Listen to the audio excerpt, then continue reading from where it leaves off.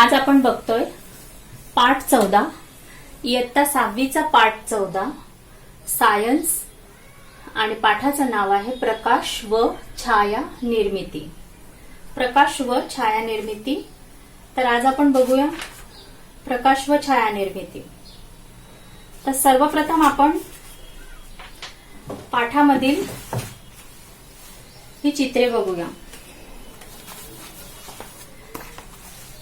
14.1 प्रकाश व छाया निर्मिती. तर प्रकाश कशापासून मिळतो आपण या पाठ्यपुस्तकातील पेज नंबर 97 वर बघतोय. चित्र क्रमांक 14.1. तर गडद अंधारामध्ये आपल्याला वस्तू दिसतात का? प्रश्न सांगा पाहू. गडद अंधारामध्ये आपल्याला वस्तू दिसतात का? आपण हे 4 चित्र बघतोय प्रकाशाची की प्रकाश कशापासून मिळतो, आपल्याला कशापासून मिळतो प्रकाश. तर आपल्याला माहिती आहे की प्रकाश कशापासून मिळतो. सूर्यापासून मिळतो. मेणबत्ती लावली, दिवा लावला तरी प्रकाश. बॅटरीपासनं म्हणजे इलेक्ट्रिसिटी, सूर्य. सभोवतालच्या वस्तू आपल्याला कशामुळे दिसतात. शेजारील प्रत्येक चित्रामध्ये कशापासून प्रकाश मिळत आहे. तर गडद अंधारात आपल्याला कोणतीही वस्तू दिसते का? नाही दिसत. आपल्याला कोणतीही वस्तू दिसत नाही गडद अंधारात. सभोवतालच्या वस्तू आपल्याला कशामुळे दिसतात. तर सभोवतालच्या वस्तू आपल्याला प्रकाशामुळे दिसतात. शेजारील प्रत्येक चित्रामध्ये कशापासून प्रकाश मिळत आहे. तर शेजारील प्रत्येक चित्रामध्ये पहिल्या चित्रात सूर्यापासून प्रकाश मिळत आहे. दुसऱ्या चित्रात लाईट बल्बचा प्रकाश पडला आहे. तिसऱ्या चित्रात काजवा लुकलुकीत दिसत आहे. आणि शेवटच्या चित्रात मेणबत्तीचा प्रकाश दिसत आहे. तर अशा पद्धतीने आपल्याला प्रकाश या चित्रामध्ये दिसत आहे. तर आता आपण बोर्डकडे वळूया. दीप्तिमान वस्तू किंवा पदार्थ. तर सर्वप्रथम आपण बघूया दीप्तिमान वस्तू आणि पदार्थ. तर दीप्तिमान वस्तू म्हणजे काय? दीप्तिमान वस्तू किंवा पदार्थ. तर ज्या वस्तू किंवा पदार्थ स्वतः प्रकाशाचे स्रोत नाहीत त्यांना ज्या वस्तू किंवा पदार्थ प्रकाश बाहेर टाकतात म्हणजेच त्या स्वतः प्रकाशाचे स्रोत किंवा उगमस्थान आहेत. जसे की सूर्य, मेणबत्तीतून मिळणारा प्रकाश. तर ज्या वस्तू किंवा पदार्थ प्रकाश बाहेर टाकतात म्हणजेच त्या स्वतः प्रकाशाचे स्रोत किंवा उगमस्थान आहेत त्यांना दीप्तिमान वस्तू किंवा पदार्थ असे म्हणतात.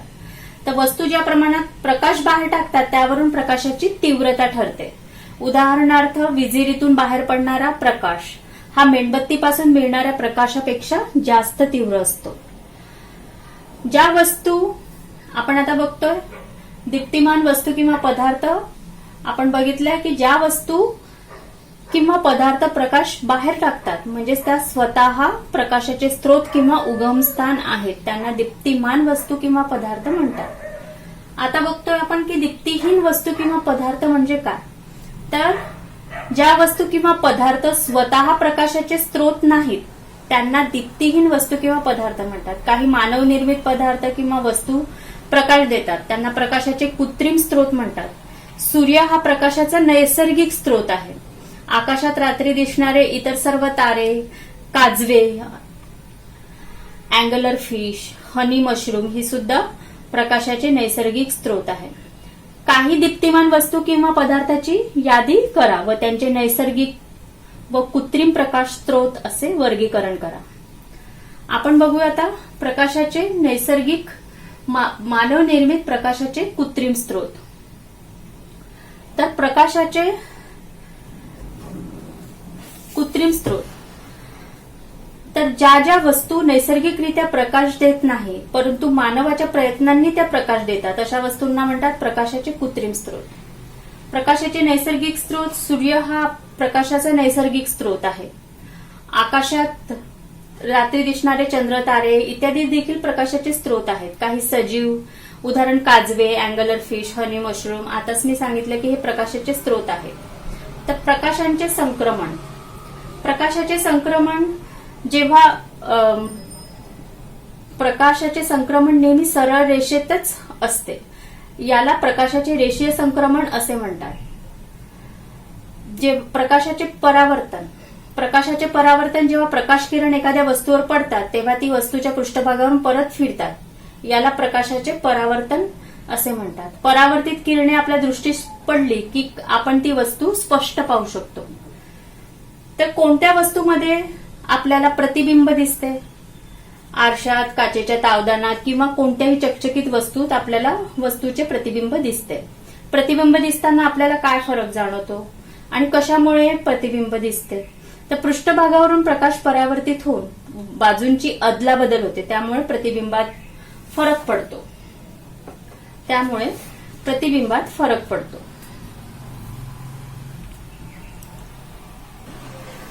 प्रतिमा. तर प्रतिमा दिसताना आपल्या चेहऱ्यावरून परावर्तित झालेला प्रकाश आरशात पडतो. हाच प्रकाश आरशावरून पुन्हा परावर्तित होतो, त्यामुळे आपण आपली प्रतिमा आरशात पाहू शकतो. आरशात जशी प्रतिमा दिसते तशी लाकडाच्या फळीमध्ये दिसणार नाही. काचेच्या तावदानात प्रतिमा दिसते, परंतु ती स्पष्ट न दिसता अंधुक दिसते. सपाट आरशापुढे उभे राहून तुमची प्रतिमा त्यात पहा. तुमचा उजवा हात वर करा. आरशातील प्रतिमेचा कोणता हात वर झालेला दिसतो ते बघा. तर आरशातील प्रतिमेचा डावा हात वर झालेला दिसतो. तुम्ही आरशापासून अंतर कमी जास्त केल्यास प्रतिमेमध्ये काय फरक पडतो?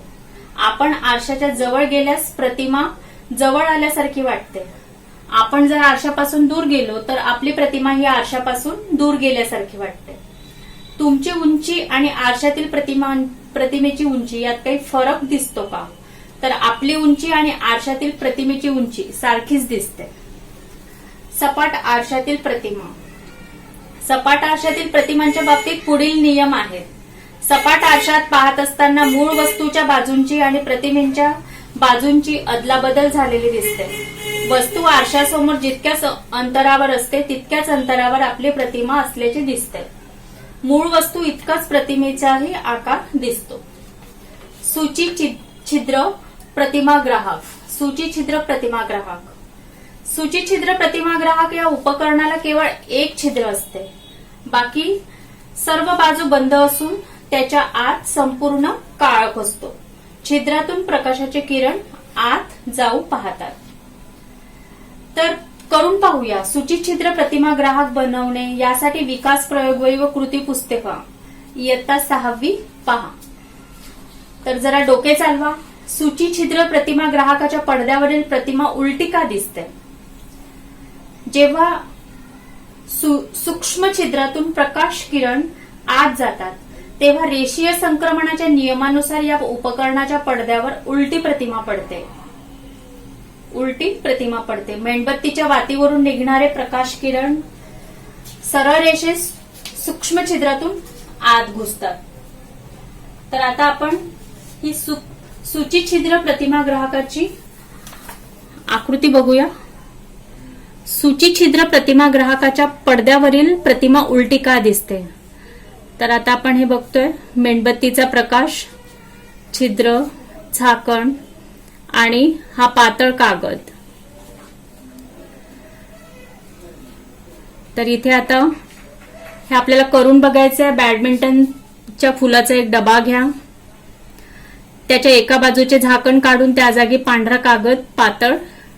पातळ कागद चिकटवा. दुसऱ्या बाजूला झाकणाला मध्यभागी छिद्र पाडा. एक मेणबत्ती पेटवा व तिची ज्योत अशी ठेवा की ती छिद्राच्या समोर येईल.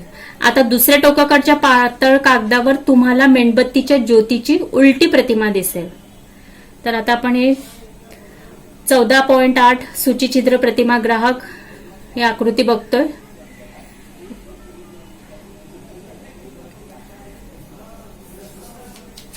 तर सपाट आरशातील प्रतिमा आपण लक्षात घेतली की त्याचे नियम काय आहे की सपाट आरशात पाहत असताना मूळ वस्तूच्या बाजूंची व प्रतिमेच्या बाजूंची अदलाबदल झालेली दिसते. वस्तू आरशासमोर जितक्या अंतरावर असते तितक्याच अंतरावर आपली प्रतिमा असल्याचे दिसते. मूळ वस्तू इतकीच प्रतिमेचाही आकार दिसतो. सूचीछिद्र प्रतिमाग्राहक. सूचीछिद्र प्रतिमाग्राहक या उपकरणाला केवळ एक छिद्र असते, बाकी सर्व बाजू बंद असून त्याच्या आत संपूर्ण काळोख असतो आणि छिद्रातून प्रकाशाचे किरण आत जाऊ पाहतात. तर आपण प्रतिमा उलटी का दिसते हे बघितलं आपण. जेव्हा सूक्ष्म छिद्रातून प्रकाश किरण आत जातात, तेव्हा रेषीय संक्रमणाच्या नियमानुसार या उपकरणाच्या पडद्यावर उलटी प्रतिमा पडते. मेणबत्तीच्या वातीवरून निघणारे प्रकाश किरण सरळ रेषेत सूक्ष्म छिद्रातून आत घुसतात. प्रकाश सरळ रेषेतच जात असल्याने वातीकडून जाणारे प्रकाश किरण तिरक्या पद्धतीत सूचीछिद्र प्रतिमाग्राहकाच्या पडद्यावर तळाशी जातात पडद्याच्या. या उलट मेणबत्तीच्या बुडावरून जाणारे किरण तिरपे पण सरळ जात सूचीछिद्र प्रतिमाग्राहकाच्या पडद्याच्या वरच्या बाजूस जातात. त्यामुळे मेणबत्तीची प्रतिमा उलटी पडते. अशा रीतीने प्रकाशाच्या रेषीय संक्रमणामुळे सूचीछिद्र प्रतिमाग्राहकाच्या पडद्यावरील प्रतिमा उलटी पडते.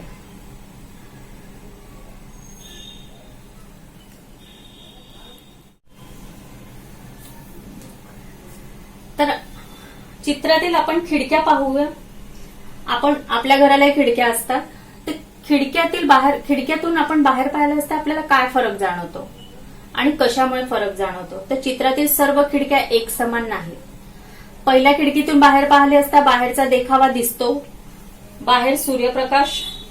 आता या चित्रामध्ये आपण 14.9, 14.9 पेज नंबर 100 खिडकीचे 3 चित्र दिलेले आहेत. तर आता आपण या चित्रातील खिडक्यातून बाहेर पाहिले असता काय फरक जाणवतो, कशामुळे. चित्रातील कोणत्या खिडकीचे तावदान पारदर्शक, अपारदर्शक, अर्धपारदर्शक आहेत. तर खिडकीच्या तावदानाच्या स्वरूपानुसार आपल्याला पलीकडच्या वस्तू दिसतात किंवा दिसत नाही. काचेचा तुकडा, मेणकागद, रंगीत काच, तेलकट कागद, पांढरे प्लास्टिक, चहाची किटली, वही, कापड, पाणी, लाकडी कपाट, वहीचा कागद यापैकी कोणते पदार्थ पारदर्शक, अपारदर्शक व अर्धपारदर्शक आहे ते ठरवा. तर ज्या पदार्थातून प्रकाश आरपार जातो तो पारदर्शक पदार्थ होय. खिडकीचे काच हे पारदर्शक असतात, त्याच्यामुळे प्रकाश आरपार घरात येतो. ज्या पदार्थातून प्रकाश आरपार जात नाही ते अपारदर्शक, जसे की लाकूड, लाकडी कपाट, कापड, वही, किटली चहाची. ही उदाहरणं आहे अपारदर्शक पदार्थांची. ज्या पदार्थातून प्रकाश काही प्रमाणात आरपार जातो तो अर्धपारदर्शक पदार्थ होय. आता आपण वळतोय छाया निर्मिती. तर आपण हे सर्वप्रथम छाया निर्मितीचं हे चित्र बघूया. आकृती 14.10 छाया निर्मिती. तर छाया निर्मिती एक विजेरी घ्या. विजेरी म्हणजे टॉर्च. भिंतीवर प्रकाश झोत टाका. आता तुमच्या मित्राला विजेरी आणि भिंतीच्या मध्ये उभे करा. काय घडते तर विजेरीच्या उजेडासमोर मित्र येतो तेव्हा त्याची सावली म्हणजे छाया भिंतीवर पडते. तर प्रकाश स्रोताच्या मार्गात जर अपारदर्शक वस्तू आली तर ती प्रकाशाला अडवते. यातून प्रकाश आरपार जात नाही. वस्तूच्या पलीकडे असलेल्या पृष्ठभागावर या वस्तूची सावली पडते. सावली म्हणजे छाया आणि ही प्रक्रिया म्हणजे छाया निर्मिती. एका मोठ्या खोलीत तुमच्या मित्राला तुमच्यापासून एका ठराविक अंतरावर उभे करा आणि विजेरी वापरून तुमच्या मित्राची छाया भिंतीवर पाडा. आता पुढील काही कृती करा. छायामध्ये होणाऱ्या बदलांचे निरीक्षण करा व नोंद करा. मित्राला भिंतीच्या जवळ पाठवा. मित्राची सावली तोकडी होते, म्हणजेच लहान होते मित्राची सावली. मित्राला तुमच्या जवळ बोलवा तर मित्राची सावली लांब होते. आता तुम्ही त्याच्यापासून दूर जाऊन परत जवळ या तर मित्राच्या सावलीत आपल्या हलण्याप्रमाणे बदल घडतात. आपण दूर असताना सावली मोठी होते आणि आपण जवळ असताना सावली लहान होते. आता विजेरी उंच धरा मग खाली धरा. तर विजेरी उंच धरली की सावली पायाजवळ पडते आणि विजेरी खाली धरली तर सावली लांब होते. मित्राच्या डाव्या व उजव्या बाजूस जा. आपण मित्राच्या डाव्या बाजूस गेलो की सावली मित्राच्या उजव्या बाजूस जाते आणि आपण मित्राच्या उजव्या बाजूस गेलो की सावली डाव्या बाजूस जाते. अपारदर्शक पदार्थाच्या छाया पडतात. जे पदार्थ अपारदर्शक असतात त्यांच्या छाया पडतात, कारण त्यांच्यातून आरपार प्रकाश जात नाही. छायाचे स्वरूप हे प्रकाशाच्या स्रोत, वस्तू किंवा छाया ज्यावर पडते तो पडदा यांच्या परस्परांमधील अंतर किंवा दिशेवर अवलंबून असते. सकाळी आणि संध्याकाळी सावल्या लांब पडतात, दुपारी त्या छोट्या दिसतात. सूर्याच्या स्थितीमुळे हे बदल दिसतात. छायेत होणारे बदल हे प्रकाशाचा स्रोत, ज्या वस्तूची छाया पडते ती वस्तू, छाया कशावर पडणार आहे तो पृष्ठभाग या 3 बाबींवर अवलंबून असतात. सूर्यप्रकाशात 7 रंग असतात हे दाखवण्यासाठी निरनिराळे प्रयोग करता येतात. न्यूटनची तबकडी. तर सर आयझॅक न्यूटन या वैज्ञानिकाने एक तबकडी बनवली. या तबकडीमध्ये 7 रंगांचे विभाग आहेत. तांबडा, नारंगी, पिवळा, हिरवा, निळा, पारवा आणि जांभळा या 7 रंगाच्या समान पाकळ्यांमध्ये विभागली आहे. तर ही तबकडी स्टँडवर बसवली व ती जोरात फिरवली तर त्यावेळी 7 रंग न दिसता एकच पांढरा रंग दिसला. यावरून सूर्यप्रकाश 7 रंगाचा बनला असल्याचे सिद्ध झाले. त्यामुळे त्यास न्यूटन तबकडी असे म्हणतात. तर न्यूटनने प्रकाशाविषयी दी ऑप्टिक्स हा ग्रंथ लिहिलेला आहे. तर हे नेहमी लक्षात ठेवा की छायेचा आकार हा प्रकाश स्त्रोत, वस्तू व छाया कशावर पडते याच्यातील अंतर व दिशा यांवर अवलंबून असते. रात्रीच्या वेळी आपल्याला दिसणाऱ्या सावल्या, छाया पाहून घाबरून जाऊ नये, कारण त्यामागे सोपे विज्ञान असते. सूर्य तबकडी एखाद्या वस्तूच्या सूर्यप्रकाशातील छायेची मात्रा व दिशा त्याच्या मदतीने वेळ दर्शवणारे उपकरण म्हणजे सूर्य तबकडी. एक काठी सूर्य पृथ्वीच्या अक्षाला समांतर ठेवून काठीची छाया दिवसाच्या वेगवेगळ्या वेळी तबकडीवर कोठे पडते ते नोंदवून कालमापन केले जात असे. सर्वात मोठी सूर्य तबकडी कुठे आहे? जंतर मंतर नवी दिल्ली येथे आहे. भारतीय शास्त्रज्ञ सर C.V. रामन यांनी सादर केलेल्या प्रकाशाच्या विकिरणा संबंधीचे संशोधन रामन परिणाम म्हणून ओळखले जाते. त्यांनी 28 फेब्रुवारी 1928 रोजी हा शोध लावला. त्या शोधाच्या स्मरणार्थ 1987 सालापासून 28 फेब्रुवारी हा दिवस राष्ट्रीय विज्ञान दिन म्हणून साजरा केला जातो. तर आपल्याला करून पाहायचा एक प्रयोग. साहित्य आहे काचेचा पेला, पाणी, मोठा पांढरा कागद. खिडकीत सूर्यप्रकाशातील अशा ठिकाणी पाण्याने भरलेला काचेचा ग्लास ठेवा. कागदावर काय दिसते ते बघा. हीच कृती आपण खोलीमध्ये लोलक आणि विजेजीच्या मदतीने करू शकतो का, यावरून काय लक्षात येतं? तर त्यासाठी साहित्य आहे साबणाचे पाणी, लहान तार. एक तार गोलाकार वाकून साबणाच्या पाण्यात बुडून त्यावर फुंकर मारले की फुगे तयार होतात. त्या फुग्यांमध्ये छानसे इंद्रधनुष्य दिसतात. सीडी उन्हात धरली तर काय दिसते? तर हे सगळे प्रयोग आपल्याला करून बघायचे आहे बच्चे पार्टी. तर आता आपण या धड्यातनं काय शिकलोय त्याचा आपण आता उजळणी घेऊया. प्रकाशाचे उत्सर्जन करणारा पदार्थ म्हणजेच प्रकाशाचे उगमस्थान किंवा स्त्रोत होय. प्रकाशाचे नैसर्गिक उगमस्थान सूर्य, तारे, काजवे इत्यादी आहेत. प्रकाशाचे कृत्रिम उगमस्थाने कंदील, मेणबत्तीची ज्योत, विद्युत बल्ब इत्यादी आहेत. प्रकाशाचे संक्रमण सरळ रेषेत होते. कोणतीही वस्तू दिसण्यासाठी तिच्या पृष्ठभागावरून प्रकाशाचे परावर्तन होणे आवश्यक असते. प्रकाशाच्या मार्गात अपारदर्शक वस्तू आल्यास